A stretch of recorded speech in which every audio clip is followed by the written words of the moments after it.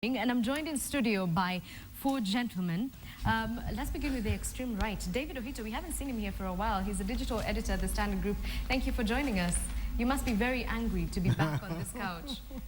And I'm just bamboozled by what is happening. Big word alert. We're also joined by Henry Minor, who's the director of Article 19. Thank you for joining us. Thanks. Professor Levi Obonyo, the Dean Communication at Daystate University. And we're also joined by Clay Muganda, who's an editor at the Sunday Standard. Thank you for joining us, gentlemen. So why don't we begin there where the CIC chairman has left off. The debate on this security bill has been ongoing, but I just want to know your views on this bill before we commence the debate. Ohito. I think for me, as I said, I'm bamboozled by what has been happening in the last few weeks. Actually, the last few days, December 10th, when this bill was published. But for me, from a media perspective, in less than 12 months, we are trying to see the space being decimated again. And that is notwithstanding that the Kenya Information and Communication Act and the Media Council Act have been suspended by the courts. So from where I see it as a professional, I see the profession really facing a difficult time.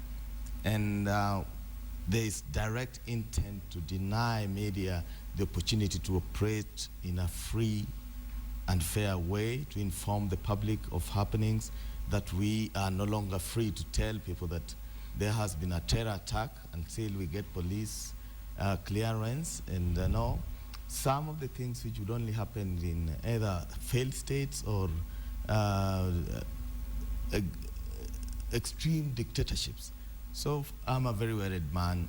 I think if you're a right-thinking journalist, you must be worried whether to change your profession or really to go to do some other things. But it really looks bad. It paints a very bad picture and really paints our democracy in the wrong direction. I didn't expect this from Jubilee leadership. And it really shows that there are people within those ranks who are keen on killing the media space and denying Kenyans the democratic gains they've made over time. Okay, Minor, now we're hearing that word dictatorship for the second time this morning. In the Standard newspaper this morning, court leader says draft security laws will breed dictatorship. Are we being too severe and fair, maybe? Dictators don't pronounce themselves, they act. And so, while perhaps the word by itself might seem harsh, a consistent set of actions by this government begin to show that while they're putting on a face that is perhaps friendly, their actions are depicting that they are not any different from previous dictators. And we need to be able to show this, because I've listened to the president saying we are not changing the constitution. The deputy has repeated that so many times. But when you look at the law, that's basically what they are doing. And I would like them to pick courage and say, we don't believe in this constitution, it's undermining our work, and we would like changes to the constitution in these areas. If they are interested in making changes on the Bill of Rights, it's very clear that we need to go to a referendum. So this is the first time I'm beginning to think that all the sides in our political kind of situation are interested in a referendum. But some are just not asking for it directly. They are taking shortcuts. And for me, knowing that we went through a dark spell when you couldn't say anything because of the powers of the special branch, and reducing the country to the whims of a director general, who again you don't want hired through an open process that people can hold accountable, to go back to be accountable only to the president, and vetting in parliament, which already we all know is quite flawed. It's an endorsement process as opposed to vetting. It's a sad period. And the fact that Kenya chose December 10th to publish this bill, this is the International Human Rights Day. So Kenya wants to go on record on that date for doing everything else apart from respecting human rights. And it pains me as I discuss this, because I've had people saying we need to get into this objectively, we need to depoliticize it. And the president and the deputy are the first ones to politicize this bill. Because if they had left it to Parliament to discuss and advised different groups what their interests were and how to safeguard them, without themselves reducing themselves to being parliamentarians, we moved away from that system. We are in a presidential system. So when the president says the law will pass, kama mtaki mwache, ni shauri yenu. And in the next line, he says, we need to be civil with each other. You know, you need to be a bit civilized in how you debate. He's already told you there is no room for debate. So let's come back and understand we are all Kenyans and we are all patriotic. By saying no to a law, it doesn't mean you've become a dissident. It doesn't mean you are a terrorist. Because those Bush-like labels, you are with us or with them, are in themselves polarizing the country. They're in themselves showing intolerance. They're in self-inciting. So we need to come back to a point of debate that is informed by law. The two swore to protect this constitution. Okay. If they choose to change it, let them use the legal means to change it. And we will all hear what their positions are. But if they are going back to their old positions before passing the constitution, we know that they clearly did not support most of those positions. I'm one of the people who identified national security being inserted in the constitution. I pointed out then there is mischief. We seemed to have celebrated that we defeated them. Here they come and want to subjugate the whole constitution to national security. Yet it's only a chapter amongst many. Okay, before we even get to that chapter on national security, let me just get back to something you said earlier, objectivity. And obviously, being, as this is a newsroom, we have to audit ourselves. Prof, do you think we have done our job as a fourth estate to inform people in a fair and accurate way, both sides of this debate? I actually don't think that there has been as aggressive and what I would say cover-to-cover reporting on the matter as one would have expected, given the gravity of the issues that it is raising. I think that the media probably walked to the debate a little late. I mean, by the time that the media was beginning to engage in this issue, I think it was already being debated in Parliament. So it would have been probably helpful to come to it a little bit earlier. Then, secondly, I think the average journalist too often is not engaged with the issues that are going on. And so you probably had sections of the media owners being some of the first people to raise their voices with regard to this. And for me, the question that it raises is, where is the man on the beat covering the streets that should have raised the alarm that this is affecting how I practice my job? And my worry sometimes is that the average reporter out there, and I'm basically referring to the sections that touch on the media, too often is too disengaged with the events that are going on in the country that affect their own practice. The Kenya Union of Journalists, for example, I think the Media Council and the other related agencies pronounced themselves on the matter, I think on Sunday or Monday. And that was given the fact that that was how many days after this bill had hit the streets, so to speak. I would have expected a little bit engagement earlier. In terms of reporting it objectively, I mean, I would have expected a few more commentaries on the matter, not just general commentaries of, I mean, our liberties are being taken away, etc., but pointing out the specific clauses that are touching on the liberties that media should enjoy or are enjoying, and the other areas of this. So in terms of really helping the person on the street to be able to put their fingers on what the issues are, maybe journalism has not done us as much favor as we would have wanted to be. So Ohito, Prof is being very nice. He's saying we haven't done as much as, but really, essentially, he's saying we failed, and we're not speaking enough. So how do we balance that? How do we inform people without pushing our agenda, without badgering them with our opinion? I agree with Prof very much. But what happened, you also have to understand the context. First of all, this thing was published in a very secretive way. It has not been availed to the public to scrutinize. Two, it has been published contrary to the constitutional provisions, which require that such a bill or any law that touches on constitutional sections must be availed to public for thorough debate before they are implemented.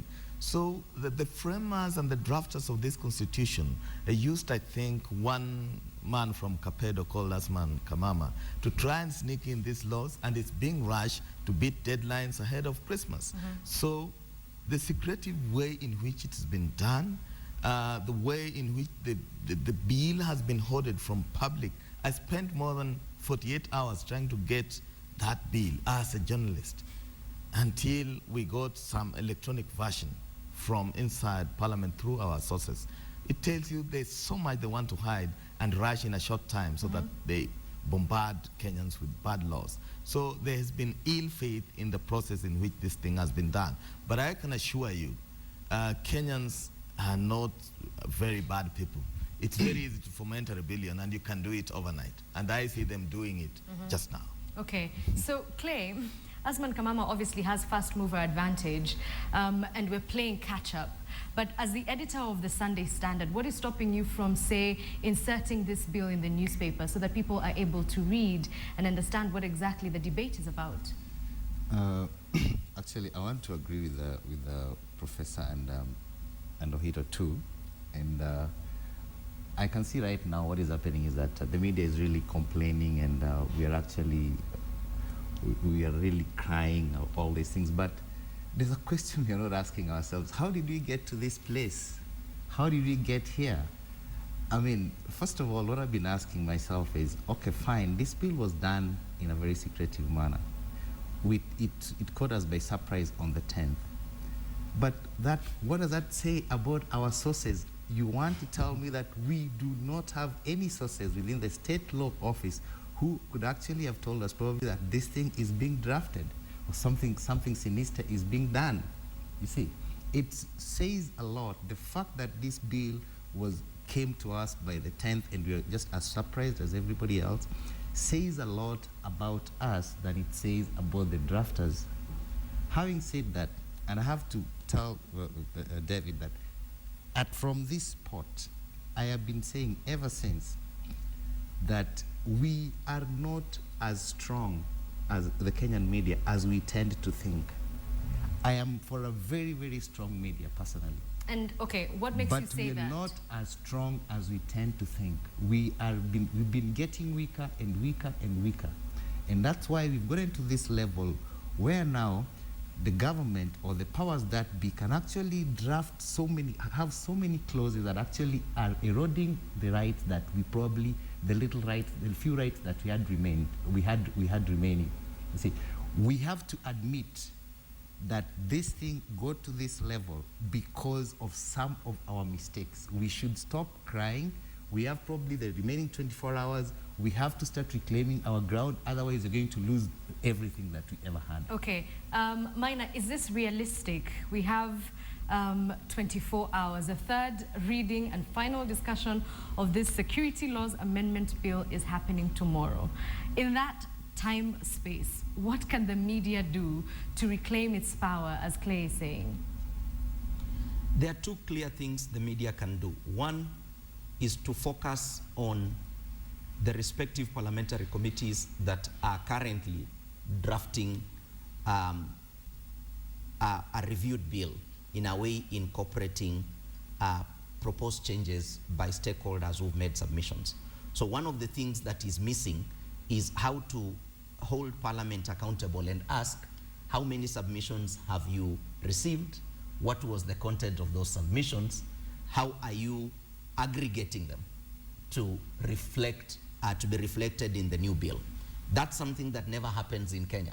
So people can receive submissions from 1,000 different entities, and then they say, now this is a reviewed version, and you notice they've not changed a word, meaning the submission was a process of pacifying those who held different positions. So audit the process as we get to the final entity. Then the second layer is that on Thursday, the media must slightly up the game in those discussions. The bill will not be passed in one swoop. It will be passed clause by clause. So there are 109 clauses in that in that bill will be discussed separately. And I know by our nature, we will get to around 55. And there will be a possibility of people saying, I'm now talking about clause 56 to 70. And there will be fewer MPs, and they will say yes, because it's a simple majority thing. Anyone with amendment 56 to 75, and there will be no amendment. Okay. And they, so let me interrupt you. Let me interrupt you there because we have an update from Makongeni, but we'll get back to that discussion. But we actually now have pictures from Makongeni where that 5-story building collapsed at around 3 a.m. this morning. We do understand that there was a 6th story under construction, and reports reaching us seem to indicate that the materials that were being used may have been substandard, which may have caused this building to come down. So those are the pictures that we're getting. Obviously, this is from really early on. Right now, that situation looking a lot more different. There are rescue operations going on. The Kenya Red Cross, St. John Ambulance, and the NYS currently on the ground. Now, all houses to this building. Remember, it was a residential building. All of the houses were occupied, and apparently only 5 people were able to escape before the building came tumbling down. The very latest reports are that 7 people were rescued and 4 of them rather, were taken to the Kenyatta National Hospital, and we're still trying to get word from the hospital as to whether or not they're in critical condition. We do have our senior reporter and political editor, Ben Kitili, on the ground, and we're trying to reach him, and as soon as we're able to get him, then we'll give you more details.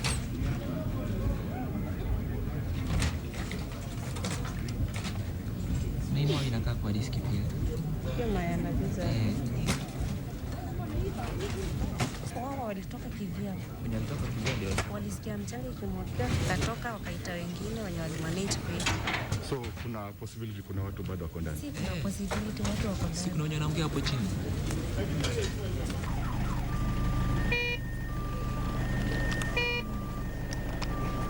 Madam, pole sana. Ilikuwa namna gani? Tulikuwa tu tunalala, nyumba ikaanguka hivyo tu. The pictures on your screens right now, the woman recounting the events of that morning. She was rescued together with her child. Na labda kuna vile vovote wale watu wameshuhudia wameumia sana. Kati ya watu wenye tulikuwa kwenye nyumba ni sisi tu wenye tumetoka watu 4. Wale wengine wote wako ndani bado. Na ilikuwa kitu labda unaweza kuwa labda uko na ufahamu kujua labda ilikuwa saa ngapi? Kuna mwenye ana ufahamu.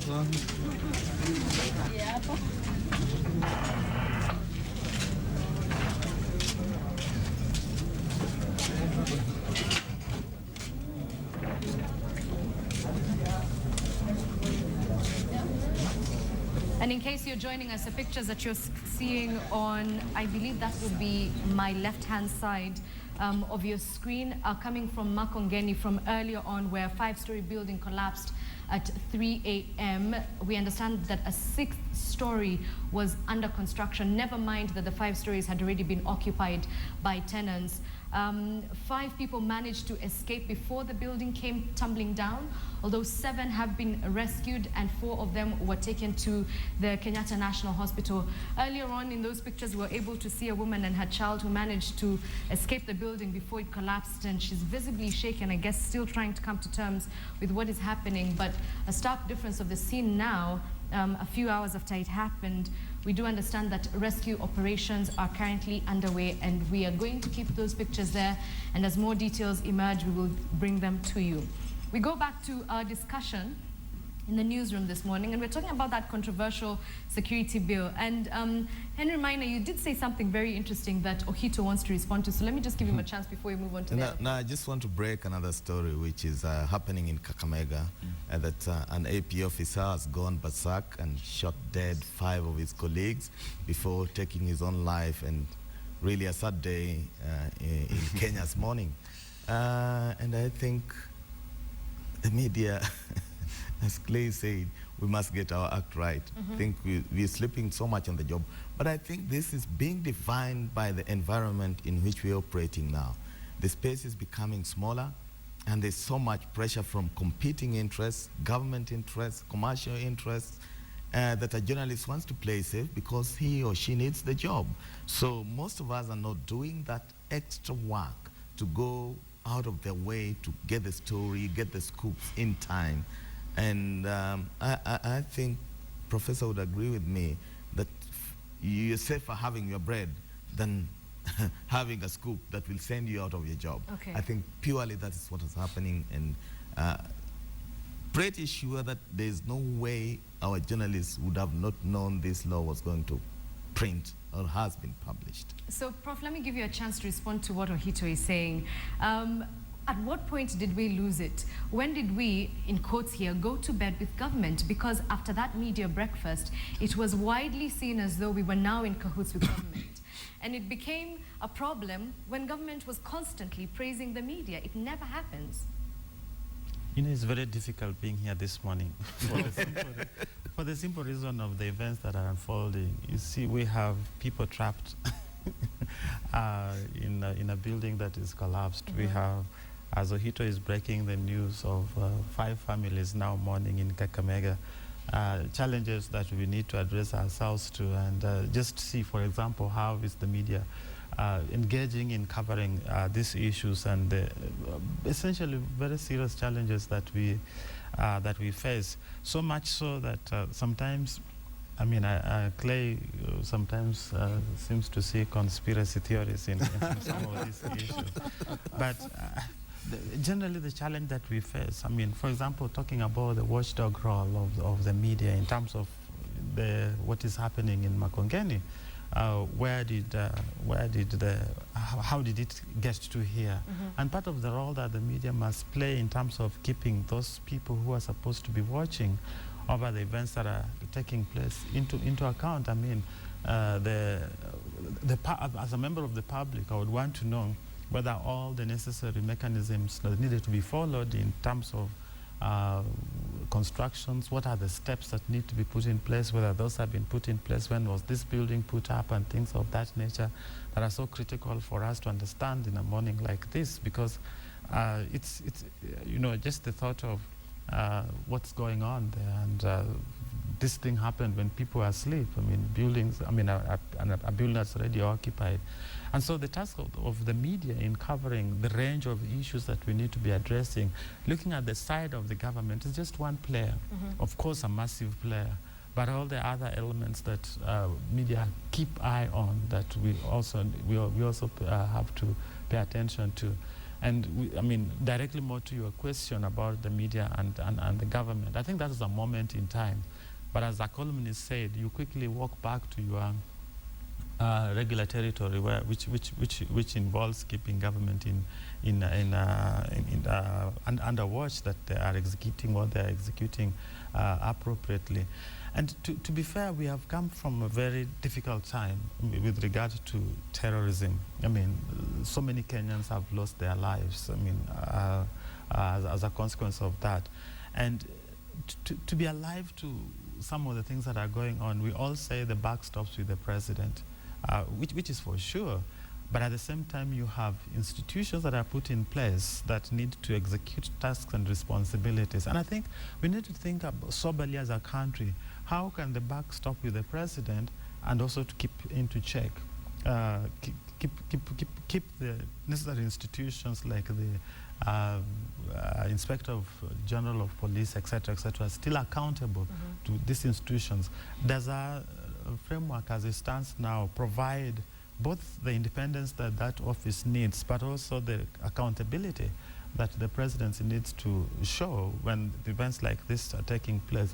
And then how can we be able to bring all this together? And so I think that part of the challenge that we probably have with regard to this law is maybe the element of lack of engagement of the public, all the sectors of the society that are affected by what is going on. But in terms of can we soberly, I guess Claire was going to ask, is anybody drunk? But can we be able to, stepping back, look at the instruments that we have, as it were, and be able to say these instruments are appropriate or they are not appropriate. And where we consider that they are not appropriate, that collectively, and too often we are not going to agree. I mean, we are 40-some million people. We may not agree, but collectively, can we be able to develop a framework, a roadmap, so to speak, that would say we notice these gaps that are affecting the security issues that we are facing in the country, but these are the best approaches that we can be able to take. This is the proposal that has come forth from the government side, but should it not involve many more people in terms of outlining what are the clear thoughts that need to be taken that will be acceptable to the wider society? And certainly touching the media is one area that I think we should try to keep off as much as we can. Clay, we're being told that we're not utilizing all our instruments of power, essentially. And while introspection and also retrospection is fantastic for the media, what options do we have right now in terms of, furthering this debate in a fair and accurate manner, bearing in mind that we only have, as you mentioned, 24 hours? If for the past 1 year or even more, we've been losing ground, and right now, as the professor says that we've not been using all the instruments that we have. And you did ask a question here, like, when did we start going to bed with the government, as it were? And again, on this show, I did mention that we did not go to bed with the government. It got to a point that actually we were in bed and calling the government to come to us. Because what is happening is we lowered our guard. We thought that the government was so good. One thing we did not understand is that the government is the only entity that is guilty until it proves itself innocent. The first thing when the government does anything, it is guilty. And we were supposed to actually keep on asking these questions until these guys prove to us that actually this move is a very innocent move. But we tended to accept whatever the government was throwing at us. We tended to become a part, more or less like a part of the government PR machine. So they took advantage of this. We have been taken advantage of, and we have to admit, what I still maintain is we should stop crying. We should stop blaming the government. We should look inside, because we can blame the government. This thing might not pass tomorrow, but what are the safeguards that we're going to put in so that such a thing does not happen maybe in the next week? David did mention, I think David or the professor did mention something about this thing, like it's better for you to get your bread than get a scoop. So there are probably people who knew about this bill, but you fear publishing it because there's this thing that the government has been dangling that, we will pull out advertisements. It is not the government's job to impoverish the people. The government, like in an economy like ours, the biggest advertiser is actually the government. So if at all we had put safeguards in place so much so that it is in either statute or as an agreement that no, when we reach maybe 15,000 copies or 20,000 copies, you have that circulation, the government has to advertise in your paper. So we don't have this thing that the government dangling that, we'll stop advertising and all that. We have actually failed over time, and we will continue to fail if actually now we don't put our foot down, and we're making work as journalists, we're making work for people like Henry Maina very, very difficult because they're out there trying to fight for our rights, but we're not doing much for ourselves to actually admit that we keep on seeing ourselves as a very strong entity. We are not. The media entities, or the entities that represent the media, KUJ, MCK, Kenya Correspondents Association, they are there in name. Okay, but even with KUJ and all these other institutions that you've spoken about and all these agencies, they still also have journalists who want to eat at the end of the day. So then how do you balance, or is there even a space or an opportunity for us to balance those interests, where we put public interest first, as we always say, and also remembering that these are private institutions? Exactly. These are private institutions. Driven by profit. Very, that's all over the world. All over the world. That's yes. true. And that's but we need to be able to come back and understand that running a media house is not equivalent to running a butchery. The two are private entities with a profit motive, but one has a bigger responsibility. Yes, if you are running a butchery and you sold people meat that is not inspected, there is a public interest issue there too. But we need to come back and understand.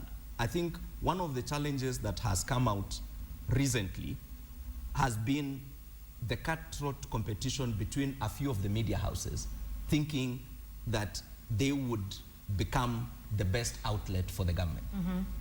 So I would say there are times when you would see Nation, Standard Group, Radio Africa Group, and the Citizen Royal Media Group trying to get their interests together and say this is the bigger good, regardless of who got what portion of the advertising from government. That is increasingly becoming fractious. And each of these media houses are engaging with government on their own, thinking they would upstage the other. And the more they do that, the more government gets clearer on where the cracks are. So I hear Clay, and I'm one of the people who proposed at one point, if you remember, in 2012, Ambassador Mudaura, who was then the head of public service, talked about the issue of advertising. We even had an MP asking a question: could we have a breakdown on how does the government advertise in different media outlets? That question was hushed. It was never responded to, because it was going to be an objective assessment to get to know what considerations are made by different government agencies to advertise in which media. And as Clay has said, we need to get back and say, do we need a state advertising policy that is a bit objective, that it's not whimsical on who is doing PR for government? That's a missing thing. Are the media houses looking at that as a possibility of ensuring that there is fair dealing? They are not, because media houses are used, there's a theory, you get a scoop, you kill the other one, then you are rewarded because you are the best. That's a big challenge, and we're going to see this. This happened in Namibia before. The previous Namibian government made a decision not to advertise in some of the independent newspapers for nearly 5 years. This happened in Zambia. The Post did not receive any advert from the government for nearly 5 years, until the late president came to power. That's when the Post began receiving advertising. Yet everybody knows that the Post is one of the most independent and has high circulation in Zambia. Let me push this is going to come. Let me push this debate forward with Ohito, and I know you've participated actively in think tanks that debate the issue of commercial interest versus editorial interest. And so if we get a policy, as is being suggested here, that regulates commercial interests, will it remedy the situation? Will we suddenly become bolder? Not necessarily. Let me start by commending KTN for being the only station to air live debates that thoroughly looked at the clauses which are controversial in this bill yesterday. What I hear is that there was an agreement across all broadcasters that everybody would be live for the benefit of Kenyans. as at the time that the debate started, everybody else chickened out except KTN. So congratulations, you guys did a good job. Two, I'm very unamused by Kenya Editors Guild and my good friend Linus Kaikai. Thank you very much. And Samuel Mainas. You mean the same Kenya Editors Guild? Yes, Yes. I have always, Yes, I've always been I'm a calling it the secretary Editors pro. Guild. He's Yeah. the secretary. I've always Yes. been calling it the Editors So Guild. And the Editors Guild have have come to run pass. away from their job. Linus Kaikai owes Kenyans an explanation why he's been silent. Same as Samuel Maina of KBC. If they choose to be state agents who do not want to defend the profession, they should say and get out of office.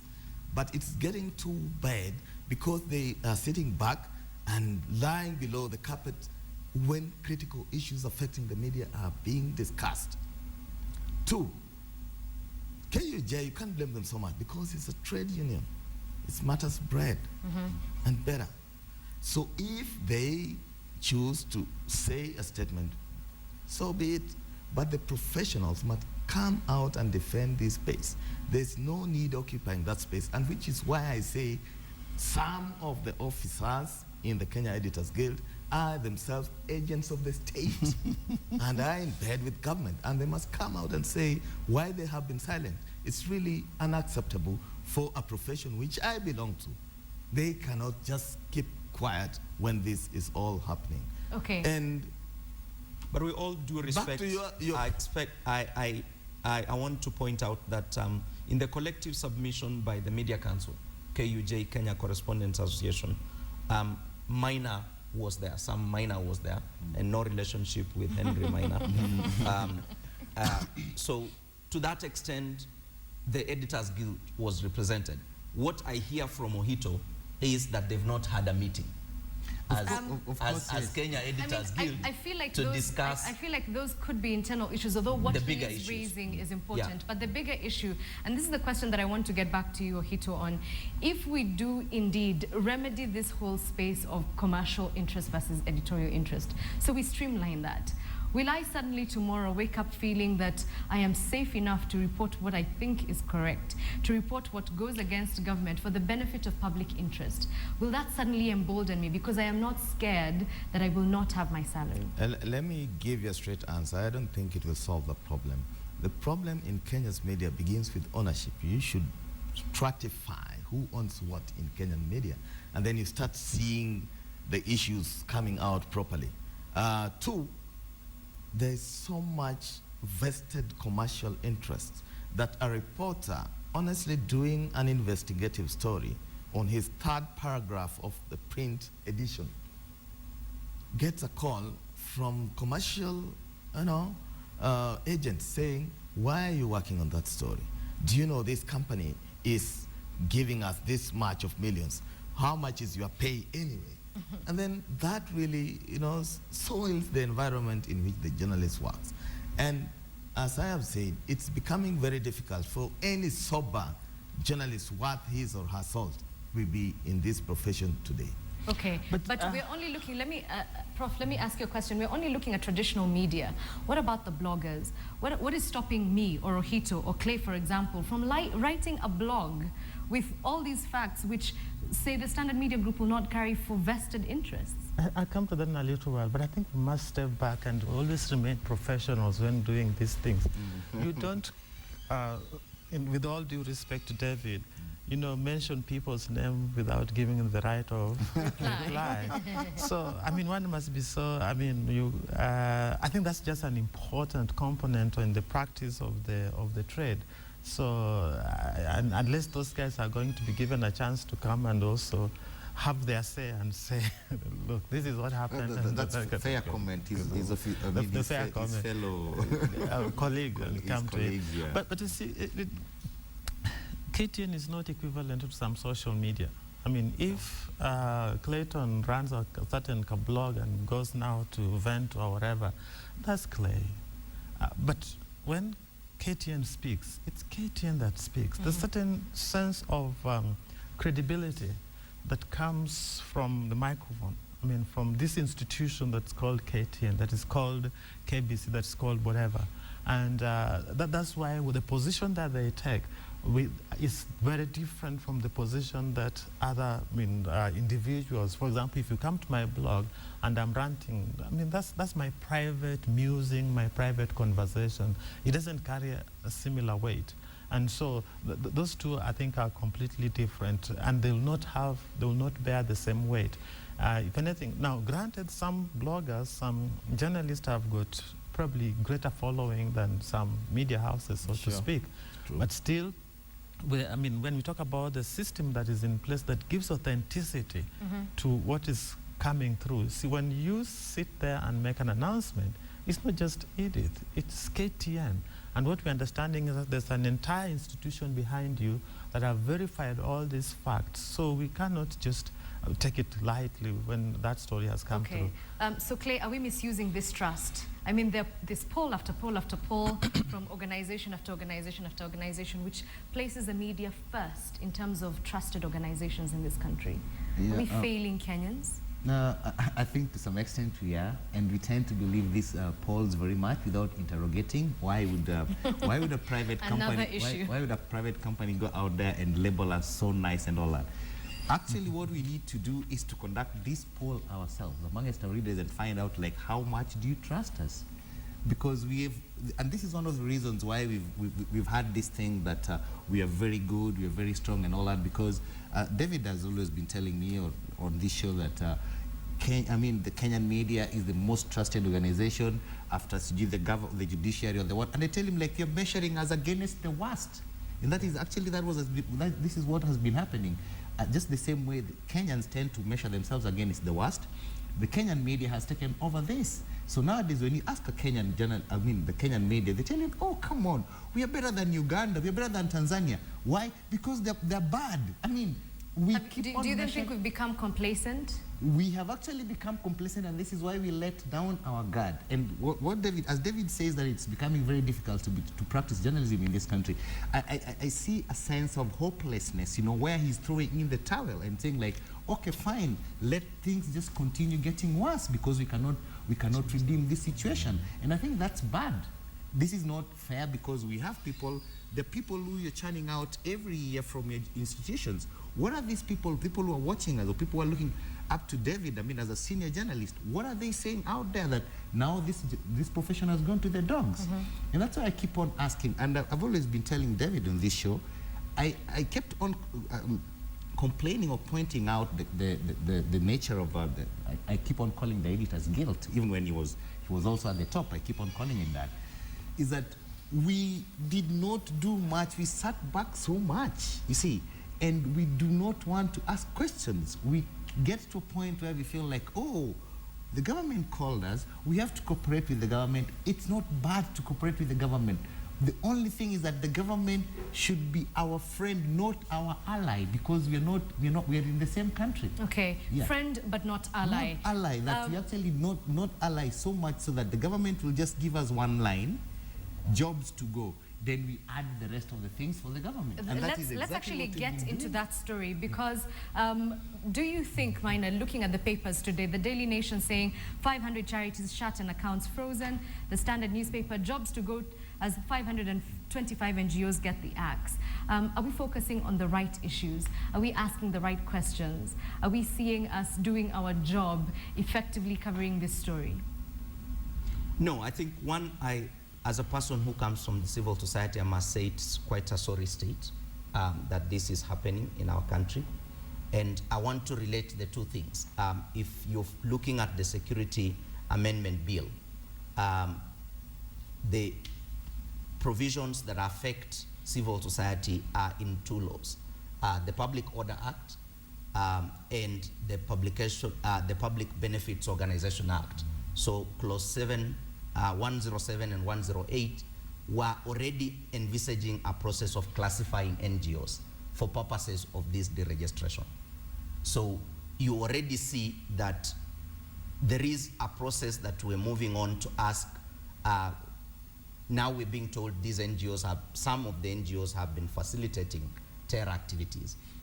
And if NGOs are expected, and I make my annual returns as Article 19, and they fail, or in 1 year some of the alleged 15 organizations were already facilitating terrorism activities, what are we saying the NGO Coordination Board was doing?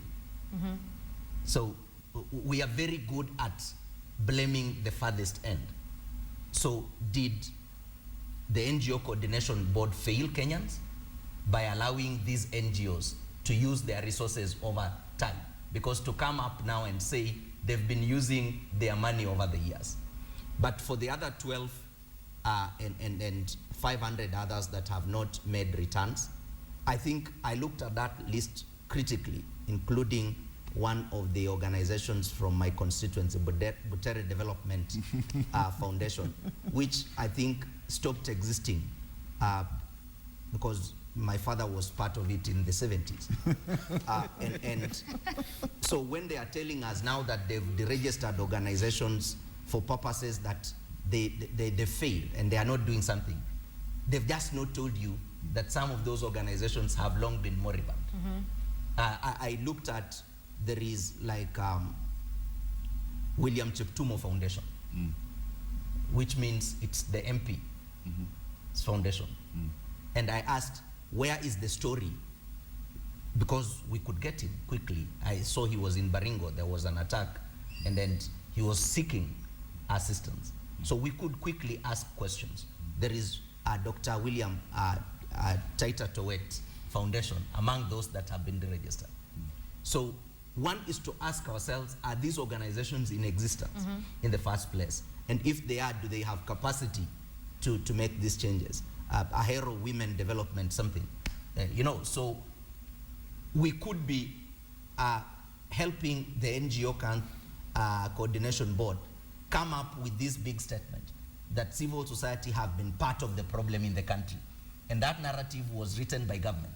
That's why they've said we need to classify NGOs, and that's why Fazul is coming in to release these now. Okay. And, so and I would request that as we follow up with the story, we need to go back and ask him how many of these 500 NGOs have not filed their returns in the last 5 years? And why were you keeping that information until you thought it is necessary to do it now? But for the 12 international ones, I can't vouch for them. I'm an international human rights organization, but I know MSF is a very legitimate operator. Liverpool VCT Center is a very legitimate operator. That let's not use this perhaps an administrative breach, because we know government ministries don't make their accounts, and Parliament has been discussing what backdated to what year. This is a discussion we've had in this country, that the auditor reports are late. So if an NGO has missed to make its returns in the last 6 or 8 months, is that sufficient enough to say you want to deregister them, knowing that some of them have been doing very legitimate work? Then let me pose a question. But I've pointed out, because of the interest of time. I need to point out, Edith, that within the NGO, there has been a rigorous process of bringing up a program called Viwango. And NGOs are increasingly seeking to hold each other accountable and saying that NGOs that do not meet this basic would in reality be wound up. So checking the governance structure, because how would an NGO that has a board that is clear that the NGO Coordination Board has endorsed not meet certain basics? So I want the accountability to be looked at differently, that we need to hold the NGO Coordination Board accountable itself.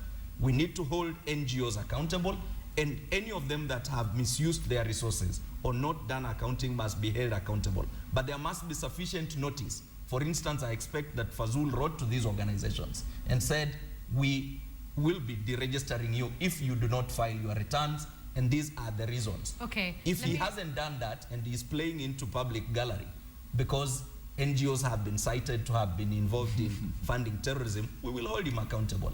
Let me go to Ahito. How do we then avoid that trap that Henry is describing of event reporting, where we get one statement in a press release form and we make a splash? Emmanuel Talam, who is the Director of Communication in the Deputy President's Office, was here last week, and he said they have all the information, we just don't ask for it. Talam is just being one of those clever guys. now, they're looking at their buttered side of the bread. He was here, he didn't do as much, so he can't purport to be the new saint in today's journalism. So, the fact is that these guys projected themselves as a digital government. Why can't we have one portal? I'm very sure. I've been to this office, NGO coordination. It's one of the most disorganized institutions, one of the most underfunded departments of government. How can they even purport to say what they are doing? There's all manners of manual files. So I'm very sure even if you take this Fazul to task, he knows nothing, he has no data. So, but are we taking him to task? That's the question. Are we asking him so that we can come to that conclusion? I think, and that is part of the big challenge, that when we should have this info digitized, that by the touch of a button or one or two, you get all, you can know your registration status, you can know which NGOs are, overdue in terms of filing returns, then we'll be making progress. But to wake up and say you're gonna deregister MSF, I mean, who does not know what their contribution has been to this country, where government services have literally failed? So I think that's what probably Edith and Henry are saying, that actually we need to bring that one out. That actually MSF, I mean, we know all their contributions and all that, and they're in more than 140 countries, and like who needs who in this during case? the Ebola in West Africa, actually there were more MSF doctors than any other doctors. Sure. But I mean, okay, and that's the question I'm asking. This is what we need. Yeah, this is what Henry is saying, that we actually just go to press with that. It's called channalism, when actually you churn out a story out from a press release. It's not that's a new one. I've heard it called event reporting channalism. So actually that is what we tend to do a lot. I don't refuse. Okay. I mean, you can tell, you can smell a story like that from a mile away. Okay. But people tend to do it, and I don't know whether it's our way of training. I don't know whether the people who leave the classrooms are good enough, and then we water them down in the newsrooms. But there's a very big problem. Just before you continue, there's something I wanted to point out about our media. Is that I think the last time we took to the streets and went protesting, and I was very much against it, because I kept on asking David, why are we taking to the streets and we have all these instruments that we can use? The only reason we did that is the language these guys hear. See, so and I'm prepared for another one. Because when we get to that level, and then now there's another one. When the media calls a press conference, who are we addressing? Right. Who are we addressing when we call a press conference? Okay, is that perhaps then what Clay is saying, and he had alluded to this earlier, Prof, that we are playing to the public gallery, that we are no longer setting the agenda, we're waiting to hear what people are interested in, and then we just overfeed them. So, for example, the ODM story in Homa Bay, it's been in the papers for about 2 weeks. Why aren't we asking those questions about MSF in our headlines today? Exactly. I mean, in all a lot of the things that we're doing, I think journalism seems to let down the profession. For example, I mean, the conversation around, when we start with the security bill, who would be able to pick up, who can be able to pick up on the streets and be able to point what the problem with the bill is because of media reporting? We have all said that the bill is bad, but why is it bad? And unpacking what is going on. For example, just look at Article 5. How does it affect the media? Go to Article 15 in that proposal. How does it affect the media? Article 42. How does it affect the media? And if the media was able to unpack that and say, this is the wording and this is the problem, this is how it should apply. If you take that to the NGO reporting that is coming out, okay, we're going to have generalities of, as David puts it, their office is disorganized, etc. You can't go to press with that the office is disorganized. You have to go there and be able to actually unpack these things and pinpoint it. This is where investigative journalism comes in, so that we're able to, how many people are employed? No, jobs to go as 525 NGOs get the axe. That's emotional reporting. I mean, once we've already able to focus on the jobs, then everybody's going to say, yeah, the jobs. But how many jobs are there? I mean, as Henry is pointing out, the one that died in the 70s, that is being, is probably, there's nobody employed there. Actually, I saw some of these things are actually those chamas. I went through them. There's some, we used to have a column called chamas. Yeah. And some of them are actually not even the so-called NGOs. It's a thing with 5 members, 10 members. Okay, but Clay, the thing that is bizarre and probably the audience will not understand is you're an editor. You know this information. Why isn't it in the papers? And he's complaining like the rest of And us. he is complaining like everybody else. I am not Okay, complaining. but I understand that we're But running. I am actually pointing out, because I mean, as an insider, I know our problems. And the reason I'm pointing them out is that some of us we always want to say like everything is good. No. What the readers see and what the viewers see, I want to tell them right now that there's a much bigger problem than what they see and what they read. Prof, let me give you a chance before The we wrap up. challenge with this is that we are sitting here with the editor of the digital section and the Sunday editor, and they're complaining. No, I am actually So- And the pointing secretary out. of the Kenya Editors Guild. Yeah, and the secretary of the Kenya Editors Guild. And if Secretary these folks, Innovation. you know, if all these folks, I mean, instead of going back the institutions and initiating the necessary changes that need to be effected, these are the people who are making policies, issues. I come from the university. If I'm complaining about the university like everybody else, I mean, that's my constituency that I need to act in. And so we need to be able to see this. Some of the things we're talking about, it is his reporters going out that will tell, I want this, and it's going to be done. I mean, it's going to be done. It has to be done. Okay. It is his reporters. Maina, I cannot conclude this discussion without asking you, what are the consequences of us not asking those whys? Why are we failing? Why are we not doing it? The truth is that doing conveyor journalism is easier. What? So many new terms for it today. It's basic. It doesn't task you as much. So you can run with 200 words in 5 minutes, and you count your day. So, and because of that lazy mentality, journalism has been made to be like one of those jobs you can do by quickly doing a story by 10, and then you can run your small errands and wait for tomorrow. In reality, then there's been simplification of what the role of journalists are, without making people understand that the demands of the job, even if you're going to write only 200 words, takes more time, it takes more investigation and more resources.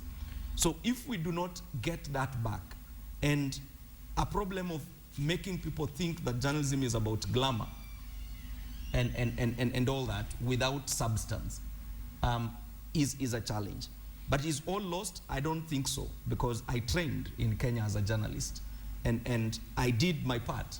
I was able to write features and news analysis. He interned under me. Yeah. Twice. Yeah. Clay. Of course. Okay, I worked with Clay when he was also learning to write, but he was slightly older, so I was the junior one, and that I agree. So we just need to get back internal discussions within journalism, that more in-depth thinking ought to be brought to the table. Don't swallow everything that you're told by a news source.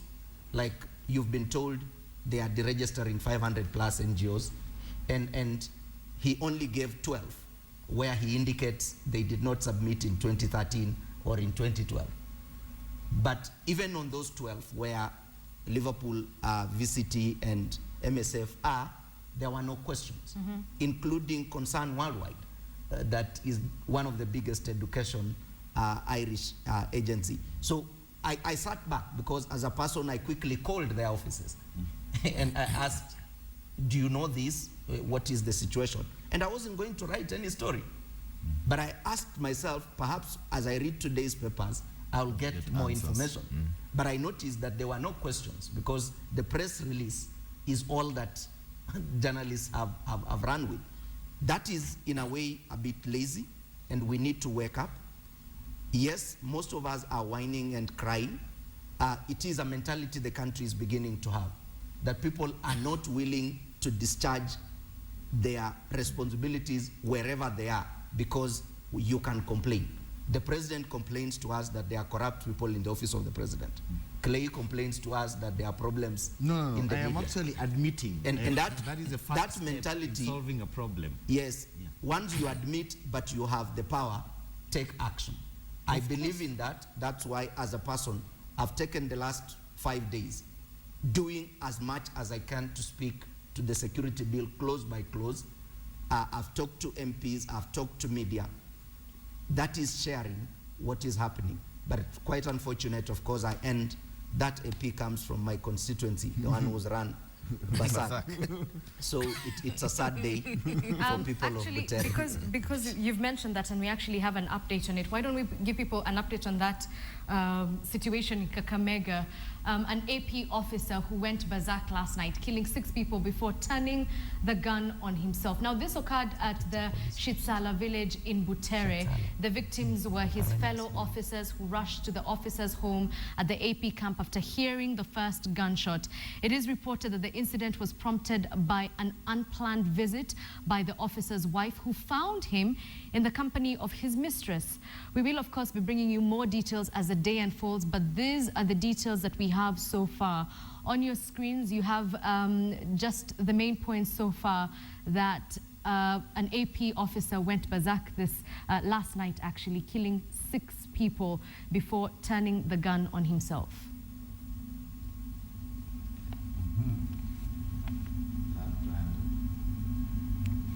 So we go back to the discussion in the newsroom this morning. Ohito, I won't even allow you to discuss that AP story. I've just heard your opinion. But You've been gunned. Let's pick up from where Maina left off. And, you know, is there a feeling that this was perhaps a strategy under this particular government to charm us, invite us for tea, and then stab us in the back with a kicker bill, and then here on, push on? Not even stab us in the back per se, but actually I think probably they were trying, and they figured like they found a willing partner. We were so easy, you know. We fell for everything that was thrown at us, and probably they threw the first one, and then now they didn't even throw, but we just kept on going forward, you know. And I think probably they realized going forward that, oh, we are dealing with a very, very weak media here, which actually keeps on.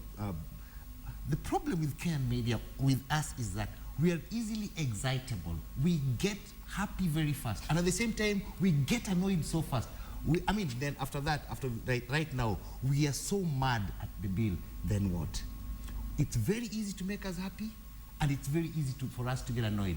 And then, but after that, we don't take anything forward, especially when we get annoyed. We call press conferences, we run to the streets, and then we say, like, this is the language the government understands. I am for a very strong media myself, that actually sometimes you might even think that what I'm advocating for is activism. No. What I always feel is that... Clay, why don't you tell us what a strong media entails? People who actually take charge, people who actually, you don't dangle a stick or a carrot for them that if you write this story, we will deny you advertising. People who actually know their rights, so that we don't say like commercial. Nowadays I tend to hear this a lot, that commercial rights, you know, this media is an entity that needs to make profits. Of course, all through the years, even during those times when when the Kenyan media was stronger, we still had to make profits. So this is an excuse that actually nowadays we tend to give. We tend to give this excuse a lot. And that's why I keep on asking. And then the Kenyan media, we don't have a professional body. We don't have. We have a trade union, which actually we've also been told, like, oh, this one is, you know, is another thing of bread and butter. And this is why we need to come together as the people in the newsroom, the people in the trenches, and actually reclaim our space and say, like, no, these are the things that we need to get done. The space that the people fought for right now, we actually need to become stronger instead of getting weaker. But as long as we keep on giving these excuses about, oh, commercial interest and all that, then we will never get any, we will keep on whining and whining and whining, like it's being said that I'm doing here. David, yes. We don't have a strong media, according to Clay. What do you think? Yeah, like all professions in Kenya, from being in the academia, like my good friend Professor Levi Obonyo, to medicine, all professions in Kenya are on a regression path. And I think we really need... Professor Levi has just turned his head. Yeah.